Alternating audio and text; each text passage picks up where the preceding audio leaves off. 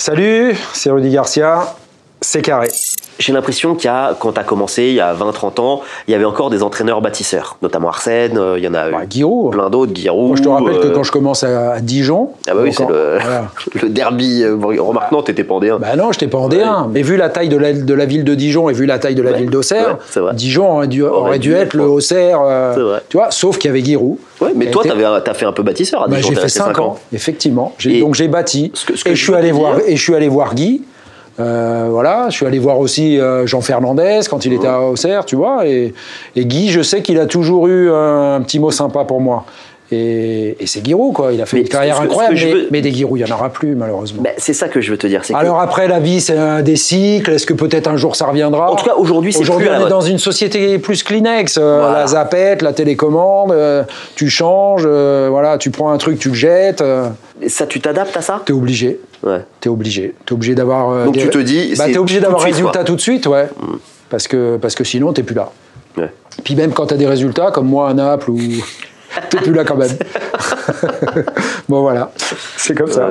Alors moi, il y a un truc que j'adore dans ton métier, c'est la capacité de séduction. Et quand on est entraîneur, qu'on le veuille ou qu'on le veuille pas, tu dois séduire ta direction, tes joueurs, tes supporters, Raphaël, les moi je pense journalistes. que tu le fais, c'est pas du calcul, tu le fais en étant toi-même et c'est plus déjà la qualité de ton projet.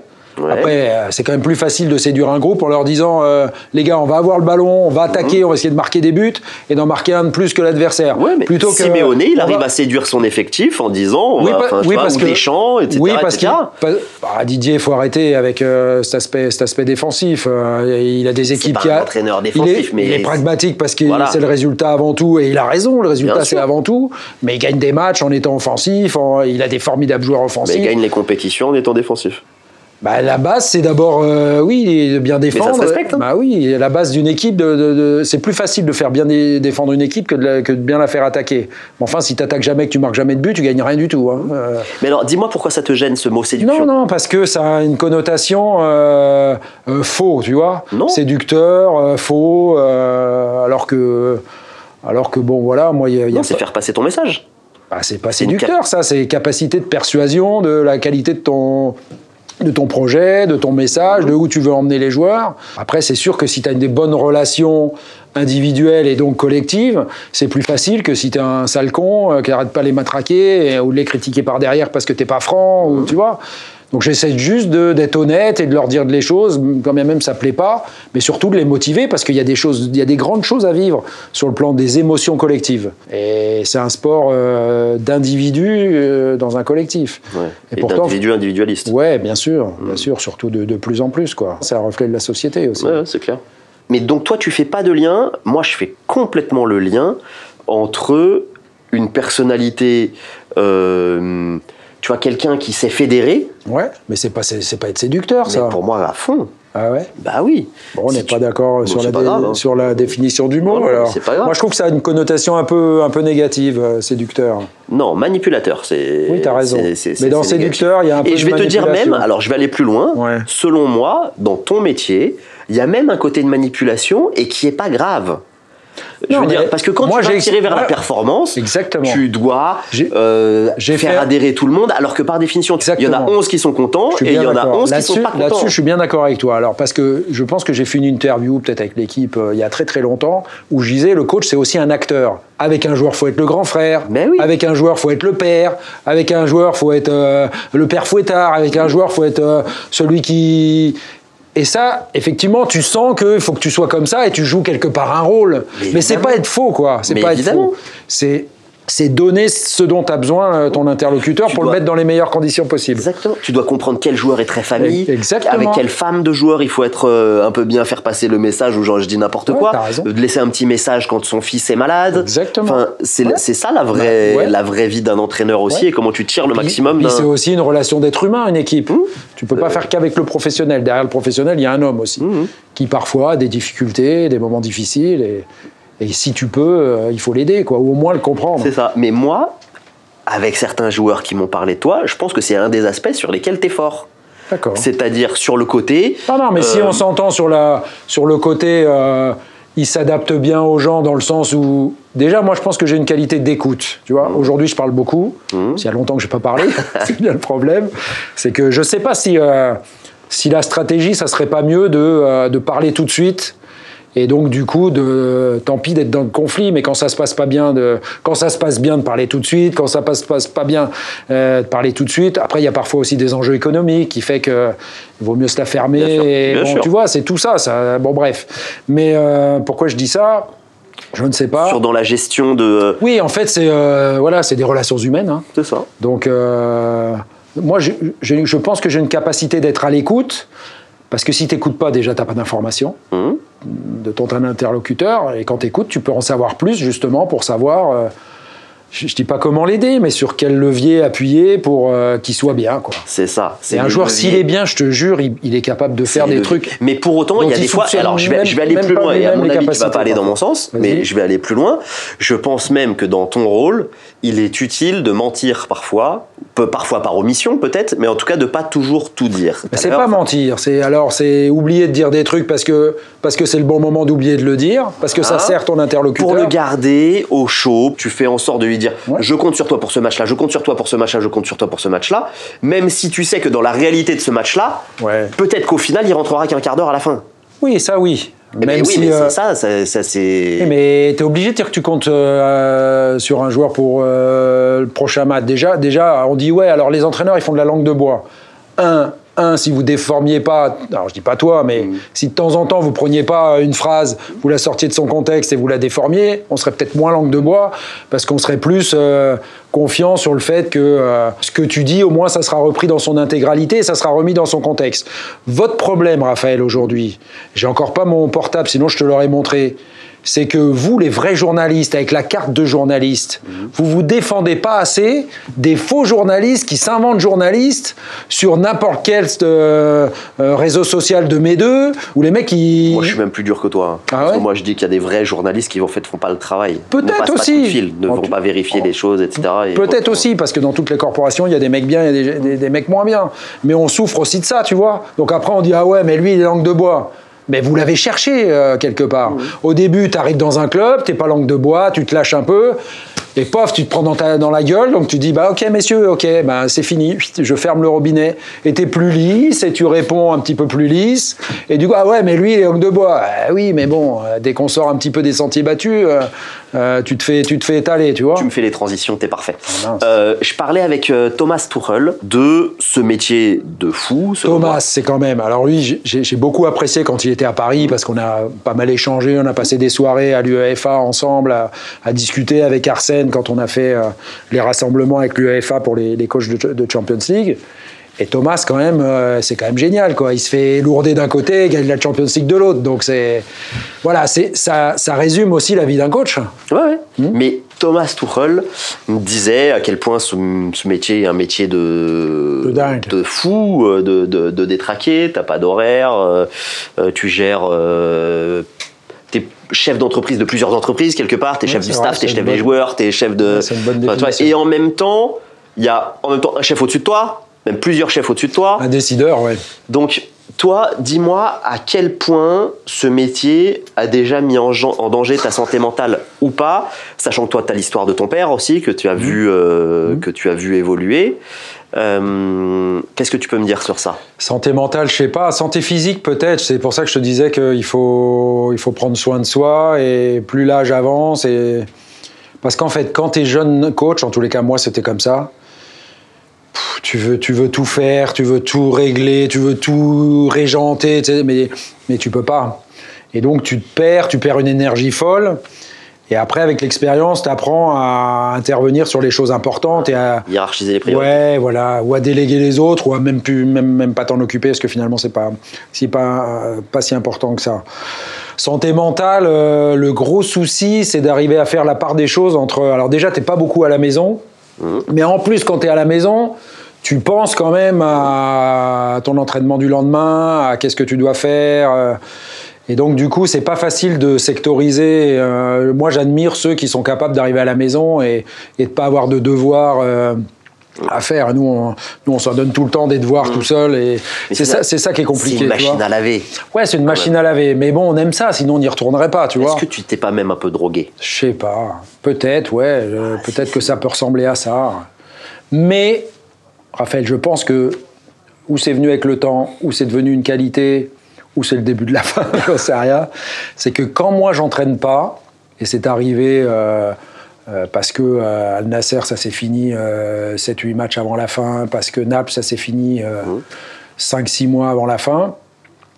Quand j'ai eu ces breaks-là, ça m'a pas manqué. Ok. Mais bon, j'espère que t'es pas en train de discuter, enfin que t'as pas l'impression de discuter avec un mec qui a perdu sa passion, sa flamme et tout. Non. Bon. Mais du coup, le toxico, il arrive à bien être désintoxiqué quand il est pas en activité. Et je pense que ça c'est bien parce que ça permet de plus déjà de penser à soi et puis de penser à ses proches. Donc ça se passe bien pour la période où je peux souffler un peu. Comment tu me parlerais de ton métier? Parce que la vocation des entraîneurs, arrête-moi si je dis une bêtise, mais c'est de vouloir contrôler ce qui se passe sur le terrain, alors que par définition, tu offres de la liberté aux joueurs. Oui, c'est les joueurs qui ont le pouvoir. Alors après, je pense qu'avec l'expérience, en tous les cas, moi c'est comme ça. Je me concentre sur les choses que je peux contrôler, justement. Il y a des choses que tu peux pas contrôler.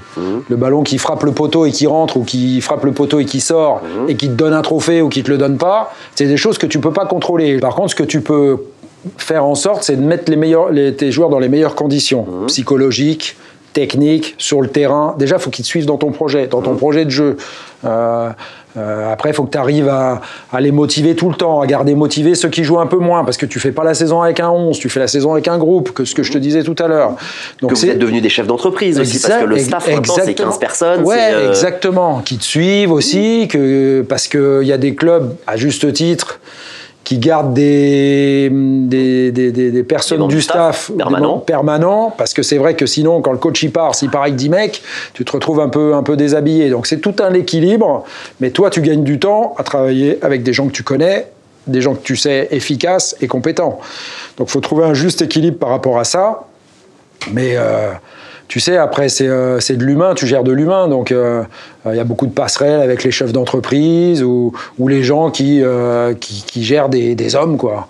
Et du coup, il faut que tu passes du temps avec cette gestion-là. Sauf que c'est devenu beaucoup plus compliqué qu'avant. Avant, j'ai toujours dit, moi, quand j'ai commencé, c'était 80% de terrain, 20% d'extra sportif. Maintenant, c'est complètement l'inverse, tu vois. Et moi, je suis un coach qui... tous les jours va sur le terrain, tous les jours assume je veux gérer la partie tactique de mon équipe. Et après, j'ai un staff qui prend des responsabilités, qui gère la technique, qui gère le physique, etc. Qui gère avec moi aussi l'aspect psychologique des joueurs.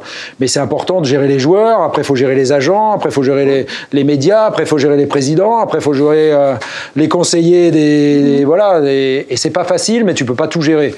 Mais il faut que tu sois au courant de tout et que tu essayes de pallier aux choses les plus importantes. Et les plus importantes, c'est que les joueurs ils soient bien dans leur tête et bien dans leurs chaussures, bien dans leurs crampons, quoi. Ça, c'est sûr que ce sur quoi tu peux agir. Oui, et puis qu'ils jouent bien ensemble, surtout. Hein. Bien sûr. C'est surtout une équipe. Hein. Et puis dans le choix des éléments que tu mets sur le terrain, parce que tu peux aussi choisir les mecs. Il y a des mecs qui sont plus faciles à contrôler, entre guillemets. Il y a des en même temps, ceux qui déséquilibrent l'équipe, c'est les créatifs. Tu vois, Ousmane Dembélé, Eden Hazard à l'époque. Et c'est souvent aussi... c'est souvent aussi les joueurs qui ont du caractère en dehors ou que tu dis c'est les plus difficiles à gérer, qui ont du caractère sur le terrain pour assumer les choses, prendre leurs responsabilités. Memphis comme tu as eu à Lyon, etc. Moi, un Dimitri Payet, etc. Donc voilà, qu'ils aient du caractère, c'est bien parce qu'il faut au moins sur le terrain ils assument. Ouais. Comment tu définirais un peu ton métier sur cet aspect mental? C'est quoi? Faut une grosse capacité de travail, faut une capacité de direction, faut pas montrer tes doutes. Exactement. Faut être normalement toujours positif parce qu'avec l'expérience, tu t'aperçois que quand tu arrives à l'entraînement le matin, si t'es joyeux, si t'es souriant, un petit mot par-ci, une petite blague par-là avec les joueurs, etc., tout d'un coup, hop, ton groupe, il est un peu plus joyeux, un peu plus souriant. Si t'arrives, que t'es perturbé, tu te poses des questions, t'es un peu plus fermé et tout, putain, ton groupe, il est un peu moins joyeux, quoi. C'est aussi con que ça. Tu disais sur Juni un peu. Franchement, ouais. Donc voilà, c'est important de filer du positif. Quand il faut être grave avec les joueurs, faut être grave. Si t'as perdu un match, tu peux pas non plus... moi, les mecs qui rient dans le bus alors que tu viens de perdre, je les tuerai à la mitraillette, tu vois. Question très conne, mais est-ce que Parce que par définition, des matchs, t'en as gagné des centaines, t'en as perdu aussi un certain nombre. Comment tu restes grave sur une défaite alors qu'en réalité, c'est pas si grave quand ça dépend. Ça dépend. Oui, non, mais je suis d'accord sur la philosophie générale. Ça reste un jeu, même si c'est un jeu avec beaucoup d'enjeux, etc. À tous les niveaux.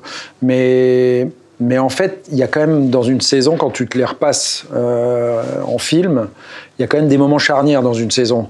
Donc, pour une victoire que tu ne penses pas si importante que ça, elle peut le devenir. Et ça peut être un déclic, je ne sais pas, pour un joueur, pour un groupe, etc. Et pour des défaites, ça peut être pareil aussi. Tu vois, ça peut être un moment où... moi, j'ai toujours pensé, et ça me paraît logique, que quand tu gagnes beaucoup de matchs, c'est facile à gérer, parce que tout le monde est content, ça gagne des matchs, etc. Mais que la vraie qualité d'un coach ou la vraie qualité d'un groupe, c'est quand tu perds un match ou quand tu es dans un moment difficile, c'est la capacité d'un groupe ou d'un coach à sortir de ce moment difficile. Et des fois, une seule défaite, c'est un moment difficile. Il faut se concentrer sur ces moments pour vite inverser la tendance. Et tu le fais parce que tu travailles psychologiquement sur tes joueurs, sur toi-même, tu es déjà dans le match suivant, tu réinjectes du positif. Si moi, j'ai peut-être un tort, et que ça ne s'améliore pas avec le temps et l'expérience, c'est que je pense que je ne profite pas assez du moment présent, y compris quand on marque un but sur le terrain, tu vois. Je suis tout de suite dans... on vient de marquer, qu'est-ce que je peux faire, comment je peux... Et du coup, je sais pas, prends 30 secondes pour apprécier le but, faites avec tout le monde, etc. Puis après, moi j'ai du mal à me départir de ça, tu vois. Et comment, sur la gestion des joueurs, un truc que je trouve passionnant et que je trouve assez tragique, c'est que je suis au contact passionnant et tragique, vas-y. Ouais, c'est que je suis au contact de plein de joueurs. Les joueurs, par définition, vivent leurs rêves. Et qu'en fait, le milieu du football est tellement difficile que j'en vois plein qui sont pas heureux dans leur activité quotidienne. Ils sont heureux d'avoir réalisé leur rêve d'être footballeur, d'avoir mis la maman à l'abri, etc., de gagner de l'argent, tout ça, ok. Mais j'en vois plein qui sont pas heureux des conséquences d'être footballeur, de devoir gérer, que ça soit la presse, la pression, les réseaux sociaux, quand bien même ils sont dans un top club et que ça se passe bien, sûr. Mais ils souffrent alors de la gestion de la notoriété. Bien sûr. Il y a une explosion des burn-out, des dépressions. Il y a 60-70% des joueurs qui vont avoir une dépression dans leur carrière. Une dépression, c'est pas juste un petit coup de blues. Même si tu n'en aperçois pas toujours que tu l'as. Mais toi, est-ce que tu as vu, est-ce que tu as constaté que des joueurs allaient mal? Comment tu réagis quand des joueurs vont mal? C'est arrivé, oui, que j'ai un joueur qui aille pas bien, que du coup, parce que dans sa vie familiale, ça se passait pas bien. Bien sûr. Donc du coup, dans ces cas-là, ça suffit pas de le prendre dans ton bureau et de discuter avec lui un peu sur les strates sportifs. Déjà parce que tu as ta propre vie, que ta propre vie, elle n'est pas non plus toute linéaire, elle est réussie, mais tu as des coups durs dans la vie. Tu perds un proche, tu divorces, j'en sais rien, et tout ça, c'est quand même des coups durs. Bien sûr. Et après, quand tu as de l'âge, des coups durs, tu en as eu, tu sais aussi ce que ça peut représenter.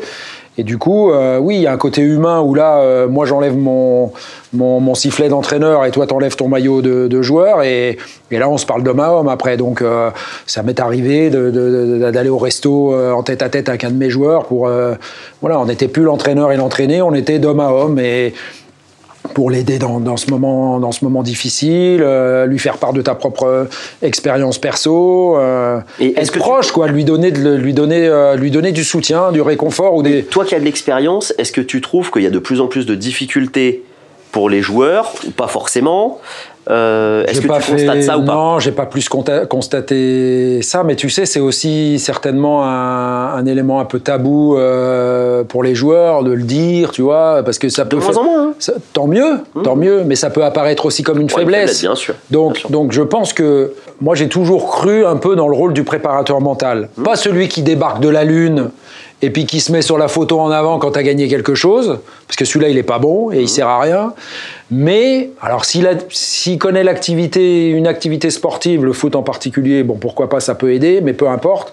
Celui qui est bon, c'est celui qui est discret et qui œuvre au quotidien pour, parler avec les joueurs et justement essayer de les aider dans... J'en sais rien, moi, l'approche de la notoriété ou, comme tu dis, ça, ou des problèmes extrasportifs. Parce que toi, tu es le coach, C'est pour ça que le staff, il est intéressant.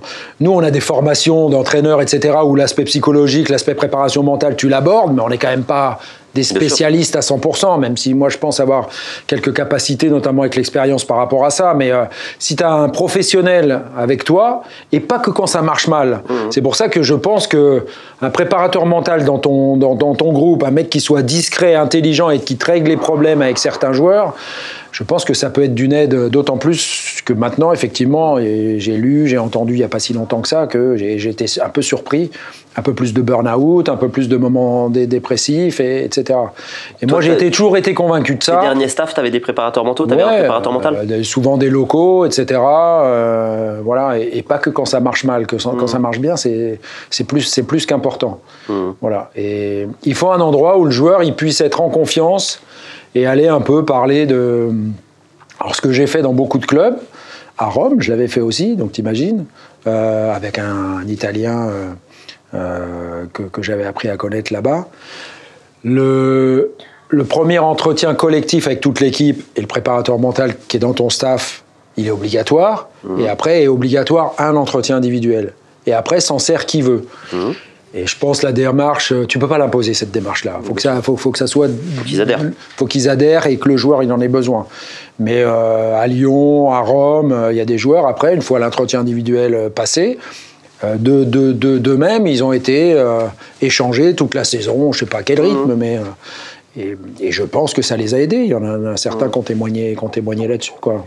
Alors, je vais te nommer certains des plus grands joueurs que tu as eu sous tes ordres. Eden Hazard, Cristiano Ronaldo, Memphis Depay. Il n'y a pas d'ordre, toi, dans ce que tu... Aucun ordre. Aucun ordre, je me permettrai pas. Vas-y. Je mettrai pas... c'est pour ça, c'est la difficulté de répondre pour moi. C'est pour ça que je te la mets. Je te la renvoie chez toi. Allez, vas-y. Je te demande pas d'ordre. Non, toi, t'en as pas mis, c'est bien déjà. Toi, t'as coaché Eden Hazard, Cristiano Ronaldo, Memphis Depay, Francesco Totti, Dimitri Payet, Daniele De Rossi, Gvara, Osimhen.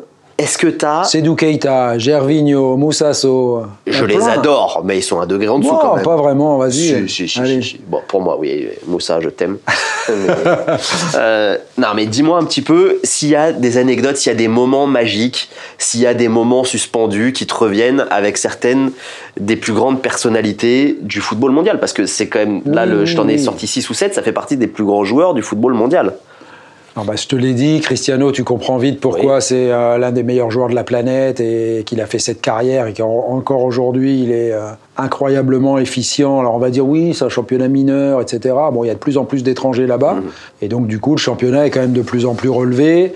Et c'est surtout que lui, il est encore très, très, très, très bien physiquement, ce qui fait qu'il est encore très, très bien avec son football. Après, je te l'ai dit, je me souviens, on gagne à l'Inter de Milan, on gagne 3-0 à l'Inter de Milan du grand Mazzarri qui m'a succédé au Napoli. Et tu vois, je l'aime bien, lui. Hein, il a été grande classe, franchement. Et donc Francesco, ce jour-là, il met Gervinho sur orbite de manière assez incroyable. Mais bon, il n'y a pas eu que ça. Francesco, il a mis des buts importants. C'était vraiment leader de terrain. C'est un joueur hors norme, puis c'est un joueur d'une équipe, quoi. Hein. Tu me disais, est-ce que la longévité des coachs, on pourra retrouver ça un jour? Est-ce que la longévité des joueurs, on retrouvera des joueurs qui vont faire toute une carrière sous un seul maillot? Parce qu'on parle d'El Capitano, mais lui, il aurait pu gagner beaucoup de titres Bien sûr. Il aurait pu aller au Real, il a refusé d'aller au Real. En allant jouer ailleurs, ouais. Et d'un côté, c'est beau, sa carrière, elle est belle, quoi, franchement. À part que j'aurais aimé qu'elle se termine un peu mieux. C'est ça, la fin est un peu triste. Bah ouais, franchement. Enfin bon, quand t'as une légende comme ça, tu le fais sortir par la grande porte. Bref, allez.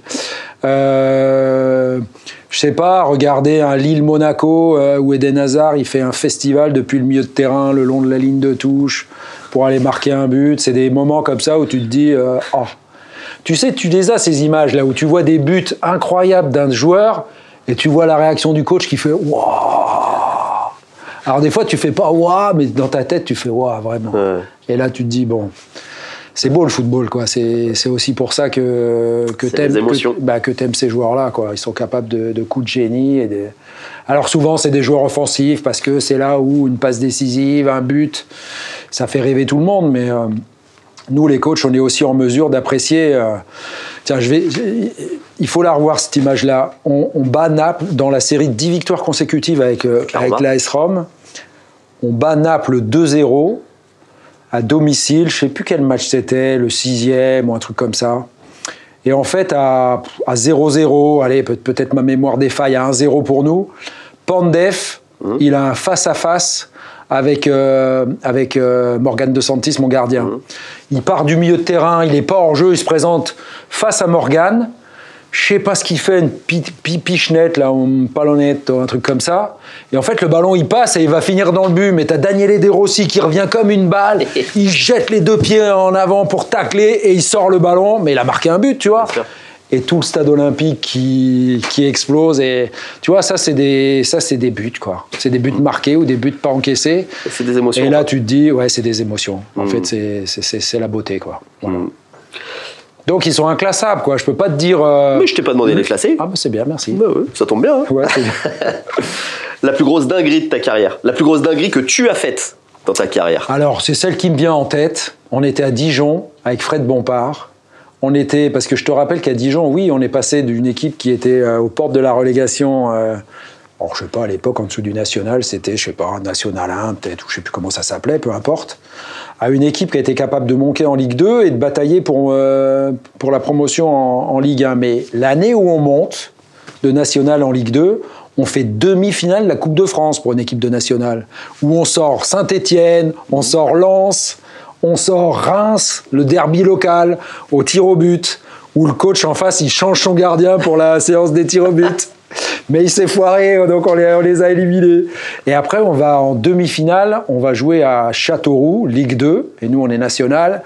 Et finalement, on perd, on se fait éliminer 2-0 et on ne voit pas la finale. Donc c'est une petite déception, mais c'est un parcours exceptionnel. Alors, je ne sais plus avant quel match. Au paperboard, j'ai fait une causerie où j'avais transformé mes joueurs en, je sais pas, en ce qu'ils représentaient. Donc notre avançante, Seibeitzman, qui était un buteur hors pair, qui lâchait rien, un peu à la Osimhen, c'était pas le même gabarit. On l'appelait le bison, donc j'avais dessiné un bison. Mon gardien, je sais plus ce qu'il a arrêté tout, donc j'avais dû dessiner une pieuvre tentacule. Ce soir, on a la pieuvre dans le but, on est tranquille, tu vois, ce genre de truc. Et après, avec Fred, on a fait une causerie où on a fait la partie de cartes de Marcel Pagnol. Ok. Donc on a pris mon préparateur physique, qu'on a grimé, Fred, etc. On a imité des gens qui étaient un petit peu dans le club pour pas se moquer d'eux du tout, mais pour faire rire les joueurs. En fait, le but, c'était de détendre l'atmosphère, quoi. Donc, on s'est filmé et on a passé ça à la causerie où les joueurs s'étaient morts de rire parce que, voilà, il y a le coach, l'adjoint, le prépa physique et je sais pas qui. Où on a fait... Ça se trouve, Fred, il a encore ça en vidéo et tout. Ça vaudrait le coup de le voir. Ça sera drôle, ça. Donc ça, c'est mes premiers pas de coach, un peu tout seul à la tête d'une équipe avec un staff magnifique, avec Fred, où on a inventé des trucs pour... En fait, pour dédramatiser les matchs, pour montrer aux joueurs qu'il fallait être détendu avant les matchs. Voilà, donc c'est des petites anecdotes, des petits retours en mémoire. Je ne sais pas si... C'est con ce que je vais dire, parce que je devrais être capable de le faire même dans des clubs beaucoup plus importants, quoi. Est-ce que tu serais d'accord pour m'analyser un petit peu un coach vu par un coach ? Je te sors les 4-5 plus grands coachs du moment. Et que si ce qui te fait chier, on le fait pas. Non, on le fait, mais vas-y. En fait, tu l'as dit toi-même, quand t'es pas dans le groupe. Bah, tu peux juger que les résultats. Bah ouais, donc. C'est partiel. Donc, ceux qui peuvent. Alors, le mieux juger les coachs, c'est les joueurs qui sont entraînés. Sauf qu'effectivement, moi, je pense qu'un coach, il doit être jugé par d'abord ses résultats et après par la manière dont les joueurs, alors parce qu'il dégage sur le terrain par rapport à son équipe, son identité de jeu, encore que moi je pense qu'un coach malléable, capable de s'adapter, pas à l'adversaire, mais à faire plein de choses différentes avec son équipe, c'est vraiment un coach de qualité, ou alors de l'amener à gagner des titres, hein, comme ce qu'a fait Carlo avec le Real. Alors, d'abord, qui tu veux que je te parle ? D'abord, on va commencer par les Français, c'est rare qu'on le fasse, donc je vais te... Didier Deschamps. Par Rudy Garcia. Voilà, moi Didier, je suis un inconditionnel. Encore une fois, il n'a plus rien à prouver. Et pourtant, tous les jours, je sais qu'il bosse comme s'il n'avait jamais gagné la Coupe du Monde et qu'il veut amener l'équipe de France encore au mieux. Alors oui, il a eu des générations assez fantastiques depuis qu'il est sélectionneur, mais il a su en tirer le meilleur parti parce que... Franchement, en 98, on gagne notre première Coupe du Monde et c'était pas écrit qu'on puisse en gagner une 20 ans après, quoi. Donc il l'a fait. Et, tu le trouves sous-côté, pas assez respecté en tant que coach, je parle. Ouais, voilà, faut être conscient que c'est un des meilleurs coachs du monde, quoi. Et je pense que s'il était, certainement dans un autre pays à l'étranger, il serait beaucoup plus mis en avant que peut-être on le fait nous. ZZ, Zinedine Zidane. Zizou, c'est quand même incroyable. Hein. Je crois qu'il a fait 3 Champions League de suite, donc c'est quand même fou. Ça serait bien qu'il reprenne du service, ça c'est sûr, parce que ça commence à faire. Après, s'il n'a pas repris du service, c'est qu'il n'a pas trouvé projet qui lui allait bien.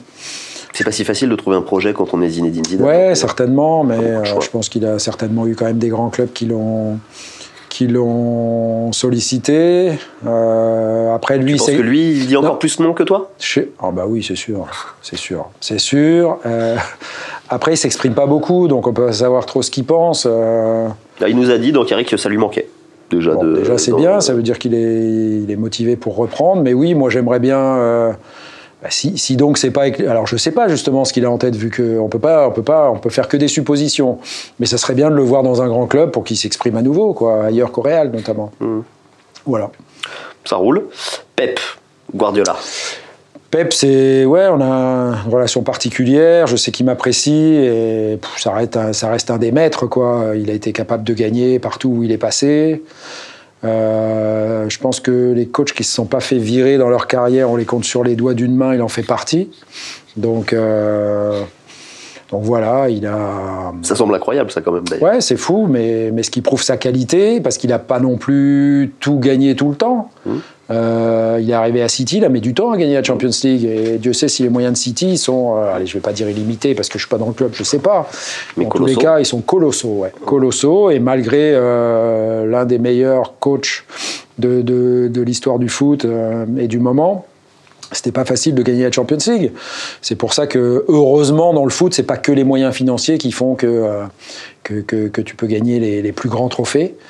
Le PSG, pour l'instant, fait un peu la mère expérience, mais oui, Pep, ça reste un grand. Il est capable de se réinventer un peu. Je te disais tout à l'heure que la nouveauté chez Pep, ça a été de mettre des centraux sur les côtés derrière. Ce que faisait déjà Didier Deschamps en équipe de France. Ouais, ce que moi aussi j'ai fait une fois de temps en temps, ou quelques fois, et où parfois tu es critiqué en disant il a central sur un côté, c'est qu'on a parfois nos bonnes raisons. Ça permet aussi de lâcher les joueurs offensifs, tu vois, plus particulièrement, ce que fait Didier en ce moment pour mettre Théo Hernandez dans les meilleures conditions. Il relance à 3 et il met Koundé latéral droit qui est un central de formation, et voilà, et du coup il se retrouve avec Dembélé sur la ligne et Théo sur l'autre, et des mecs qui sont capables d'attaquer, de dribbler, de sauter l'homme, d'arriver lancé, bref. Donc c'est des stratégies de mise en place qui sont plus qu'intéressantes. Tout ça pour dire que Pep, il est capable aussi d'inventer, de renouveler des choses, et c'est bien, c'est fort, c'est toute sa qualité, sa créativité. Moi, ce que j'aime, c'est lui, c'est la passion qu'il dégage, y compris quand il discute avec ses gars, quoi, tu vois. Tu vois qu'il est habité dans le bon sens du terme. Alors, Luis Enrique, on a découvert Luis Enrique, auquel t'es passé juste après lui à la Roma. Ouais, si exactement. Puis c'était dur à la Roma pour lui, tu vois. C'est pour ça que ça remet les choses en perspective. Je sais qu'après, quand il a gagné la Ligue des Champions à Barcelone, il avait eu un petit mot dans les médias pour une ou deux personnes de l'AS Roma qui l'avaient soutenu, notamment l'un de nos traducteurs qui est vraiment une personne de qualité. Et je sais que t'es pas tes premiers pas d'entraîneur, mais presque. L'expérience à l'étranger, ça doit être l'AS Roma, un grand club, ça a été difficile. Et puis finalement, il a quand même gagné la Ligue des Champions avec son club de cœur, le voilà au PSG, où finalement il fait Qu'est-ce que tu penses de la main qu'il met sur le PSG, justement ? Franchement, il fait des bons choix. Après, t'es pas dedans, donc tu sais pas effectivement tout ce qui a pu se passer. La difficulté pour lui, ça a été de gérer la fin de l'ère Kylian Mbappé à Paris. Et pourtant, Kylian, c'est l'un des meilleurs joueurs du monde. C'est le meilleur en activité. Mais il a su montrer une certaine autorité quand même. Ouais, c'est bien, il le faut. Est-ce que certainement ça lui a été permis par les dirigeants, certainement plus qu'avant, ou peut-être c'était plus difficile pour le coach parce que peut-être certains joueurs passaient directement avec la direction. c'est un peu difficile de dire ça parce que je suis pas dedans, donc je suis pas sûr de ce que je dis, mais c'est un peu ce qui transpirait, tu vois, de l'extérieur.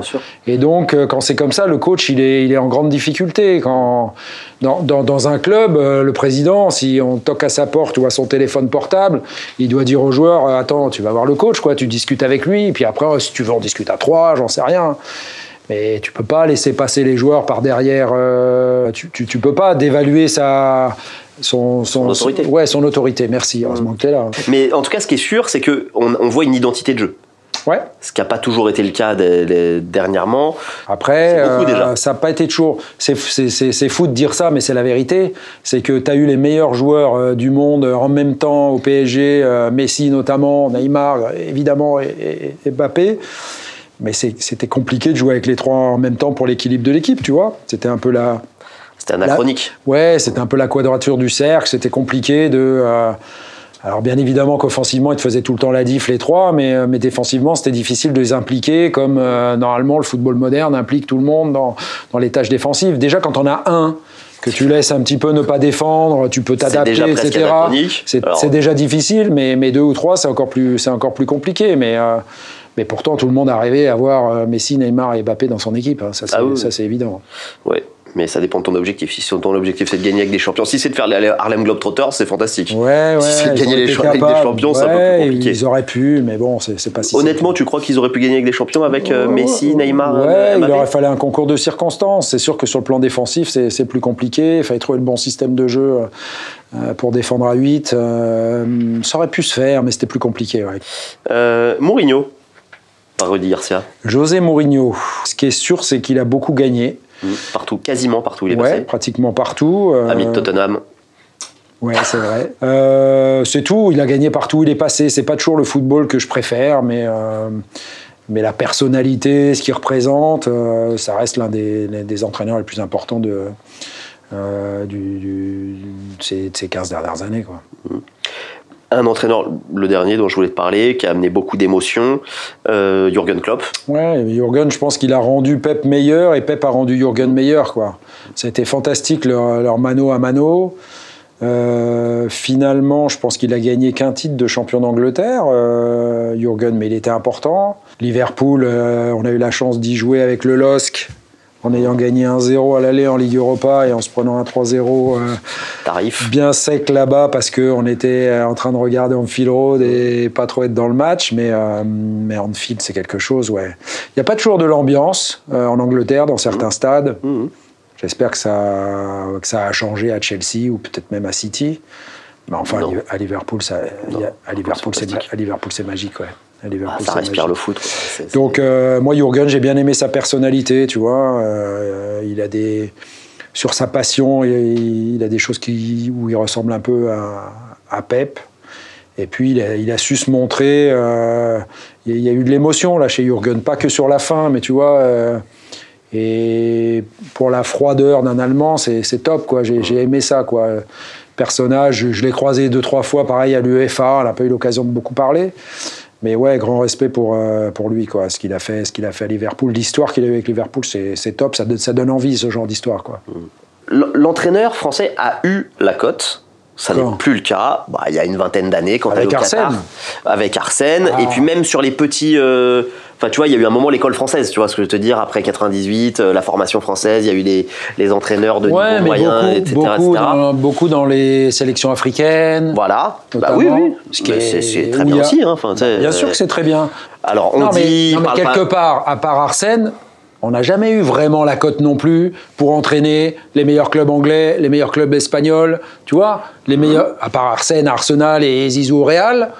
À la tête du Bayern, à la tête de grands clubs, de la Juve aussi, Didier, mais il était en D2. Voilà. Après, moi, j'étais le premier Français entraîné en Italie, donc en Serie A. On n'est pas tant que ça dans les championnats majeurs. Oui, après, on s'exporte, mais vu la qualité des entraîneurs français, on devrait être plus nombreux dans les championnats majeurs. Comment tu l'expliques ?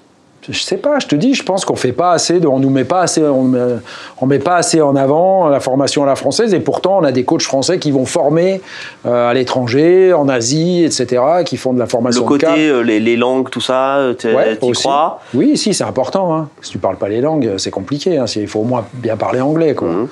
Et tu vois, par exemple, mon année en Arabie Saoudite, elle est excellente parce qu'on a fait toute l'année en anglais.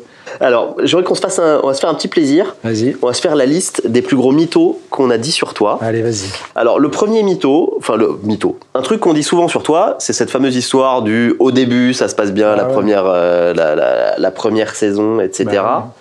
Mytho ou pas mytho? C'est des conneries. Si tu travailles un peu, tu regardes mes parcours et tu sais que... Alors, je suis resté beaucoup dans des clubs, 5 ans à Dijon, 5 ans à Lille, donc c'est quand même des parcours importants. Je suis resté qu'1 an au Mans, et je m'en excuse vis-à-vis des Manceaux, mais on a fait la meilleure saison du MUC, et au-delà de ça, c'est mon club formateur qui m'a rappelé, et je ne pouvais pas dire non au LOSC, ça c'est sûr. Et après, encore une fois, j'ai quand même fait 2 saisons et demie à Marseille, donc ceux qui disent que la première année j'ai fait bien, ils ont raison, parce que j'ai fait 5e Europa League, alors qu'on était aux portes de la régularisation quand je suis arrivé. La deuxième année, on a fait finale d'Europa League, et encore une fois, 77 ou 76 points. Il va falloir que je me le mette dans le crâne, ça, je sais pas. Je crois que j'ai fait 76 à Marseille, 77 à Lyon. Bon, bref, peu importe. La 3e saison, ça s'est un peu moins bien passé, c'est vrai. Mais on a fait 5e, on n'a pas fait non plus, on n'était pas aux portes de la relégation. Et ensuite, Lyon, j'arrive en cours de route et pareil, ils sont très très mal placés, et malheureusement ça s'arrête avec le Covid, mais en Champions League, on a battu la Juve et on est toujours qualifié en 8e de finale de la Champions League, et on est qualifié pour la finale de la Coupe de la Ligue, tu vois. Elle n'est pas à chier non plus, cette première saison à Lyon. La deuxième, elle est bien mieux, parce qu'on est champion d'automne et qu'on pense et on rêve au titre. Et qu'on a fait un Final 8 plutôt magnifique avant. Bon, donc ça, c'est plutôt la deuxième saison qui est toujours réussie, que ce soit à Marseille et que ce soit à Lyon. Je suis désolé, parce qu'après, que ce soit à Al Nasser ou à Naples, on ne m'a pas laissé faire de deuxième saison. Alors, on t'a accusé de prendre des joueurs, en l'occurrence Grigori Certic, avec un très gros salaire parce que tu avais le même agent. Ouais, mais ça, c'est des conneries. On s'est bien donné une éthique avec mes agents, c'est que on n'a jamais pris des joueurs qui étaient avec eux. Donc pour Greg Certic, que je ne connaissais même pas moi comme joueur, mais qui était quand même capitaine des Girondins de Bordeaux et fan de contrat. Et après, les dirigeants marseillais ont voulu accélérer les choses et l'ont pris en janvier. Mais moi, je me serais bien passé. Alors, pas de prendre Greg Certic, parce que l'homme est un homme de qualité, il était capitaine des Girondins, et c'est un garçon qui avait vraiment des qualités, qui n'est pas devenu titulaire chez nous, parce qu'il y avait une concurrence avec des joueurs qui étaient meilleurs ou différents à son poste. Mais voilà, après, c'est le genre de truc qui m'a été reproché, alors que c'est fabriqué de toutes pièces, quoi. Voilà. Donc, écoute, l'essentiel, c'est de pouvoir se regarder dans une glace et de pas tomber dans ce genre de dérive, quoi. Ça n'a jamais été le cas. Mytho ou pas mytho, t'aurais dit non à Erling Haaland à l'OM? Oh, ça aussi, on m'en a parlé récemment, je le savais même pas. Donc du coup, j'ai discuté avec l'intéressé, qui était quelqu'un de mon staff, qui regardait plus, qui était bon analyse vidéo. Et on a discuté, effectivement, ceux qui disent que, je sais plus, ils ont dû dire on a dû prendre Mitroglou à la place, donc c'est n'importe quoi d'abord, parce que Costas, il était déjà là l'année d'avant. Celui qu'on aurait pris à sa place, c'est Mario Balotelli. Bon, okay. Donc c'est pas n'importe quel joueur non plus. Et puis on l'a pas pris à la place, parce qu'il en a jamais été question. Moi, je t'expliquais comment je fonctionnais. Les joueurs qu'on m'envoie, et peut-être qu'on me l'a envoyé, je les envoie au directeur sportif. Et je pense que, pour avoir vérifié, que quand ce joueur de Norvège qui jouait à Molde nous a été envoyé, il s'était déjà mis d'accord avec le RC, ou je sais pas, avec Salzbourg. Salzbourg, où il a fait 5 matchs, il a mis un but. D'ailleurs, quand c'est ma deuxième partie avec l'Olympique de Marseille, année 18-19, je crois. Tu vois ? Donc, il faut remettre les choses dans leur contexte, quoi. Non, bien évidemment que je n'ai pas refusé Erling Haaland, mais si je l'avais refusé, je l'aurais dit. Mais ce n'est pas le cas. Maintenant, je l'aurais... Voilà. Je le récupérerais bien, maintenant, ça c'est sûr. Les plus grosses fake news, sinon, c'est quoi les plus gros mythos qu'on a dit de toi? selon toi? Je sais pas, moi j'écoute pas, c'est toi qui peux me dire. Moi j'écoute pas, je lis pas. Je sais qu'eux ils se sont énervés de temps en temps après ce genre de truc, mais. Donc à Marseille, tu as pris Radonjic, oui. des agents qui l'ont fait. Ouais. Bah, alors les agents ils avaient rien à voir là-dedans. Et puis. Donc de quoi que tu. Non, par exemple, un joueur qui est passé à Rome, que Walter Sabatini m'a présenté, je pense qu'il avait 15 ans, 16 ans, etc. Mais il ne s'est jamais entraîné avec moi à Rome, c'est Nemanja Radonjic, qui après est arrivé à Marseille. Mais moi, je me souvenais même plus qu'à Rome, je l'avais vu passer. Et à Marseille, j'ai pas décidé de prendre Nemanja Radonjic. On faisait tout de manière collégiale. On cherchait un joueur percutant un peu sur un côté, etc. Et puis, on a décidé certainement avec Andoni de prendre ce joueur-là parce que les choix d'avant, on n'a pas pu les faire ou un truc comme ça. Donc non, c'est un joueur que j'ai pas forcément fait venir parce que je décidais pas de tout et loin de ça à l'OM. Toi, tu te sens sous-coté ou tu te sens même pas respecté à ta juste valeur? Je m'en fous, Raphaël, franchement. Mytho. Non, pas mytho. Franchement, je m'en fous. C'est toujours plus agréable de recevoir des compliments, évidemment, et d'être reconnu pour ton travail. Mais avec l'expérience... En France, je parle. Ouais, mais avec l'expérience, tu passes un peu au-dessus de ça, tu vois. Vraiment? Ouais, franchement, ce qui compte, c'est de se regarder dans la glace et de se dire, voilà, est-ce que tu donnes le maximum? Oui. Et après, bon, voilà, t'es humble? Oui. Mais t'as fait du bon boulot, t'as obtenu des résultats partout où t'es passé? Bah oui, si personne ne le dit pour toi, tu le dis toi-même, quoi. Tu vois, c'est toute la difficulté. Mais moi, je suis quand même plus proche de la fin que du début. Moi, je suis jeune dans ma tête et je suis un entraîneur moderne. Donc, je dis pas place aux jeunes. Mais au bout d'un moment, je veux pas arrêter trop tard non plus. Parce qu'il y a trop de gens qui arrêtent et puis qui profitent de rien. Parce que tout d'un coup... c'est un métier où, je sais pas si tu as remarqué, le coach qui commence, il est tout beau, tout frais, avec des beaux cheveux bruns foncés. Putain, 6 mois après, 1 an après, il est tout gris. Je pense toujours à Didier Deschamps après un an à Marseille. Je sais pas, mais bon, voilà, quoi. Tu vois, souvent, c'est comme ça. Il n'y a pas si longtemps que ça que j'entends, de par notre direction technique nationale, les coachs, il faut penser à vous. Ouais. Parce qu'en fait, toi, tu penses à tout le monde. Le métier de coach, c'est de penser à tout le monde. Tout le monde, ton staff médical, tes adjoints. Tu fais que du management et tu gères tout le monde. Mais qui c'est qui te gère, toi? Bah, pas grand monde. Donc souvent, et on le dit pas, où t'as, alors je suis pas un préparateur mental, mais moi j'ai quelqu'un avec qui j'échange, qui est pas dans le milieu du foot, mais qui est quelqu'un d'intelligent, qui est capable de me tempérer. Quand moi, avec mon caractère, je monte au créneau en disant je vais tous les fumer, etc. Lui, il me dit calme, mais au moins je me suis défoulé, tu vois. Ouais. Et c'est important d'avoir. Et puis il faut prendre du temps pour toi, parce que quand t'as 60 balais, t'en as plus 40 non plus. Il faut ménager la Formule 1, quoi, tu vois. Bah ouais, bah tu m'étonnes. Et donc il faut penser à bien dormir. J'ai arrêté de fumer il y a 8 ans. Et tout ça, ça aide à avoir une hygiène de vie qui fait que si tu l'as pas, franchement, tu peux pas être à 100% dans ce métier-là. C'est carré? C'est carré. Bon, tout est propre? Tout est propre, tout est carré. Parfait.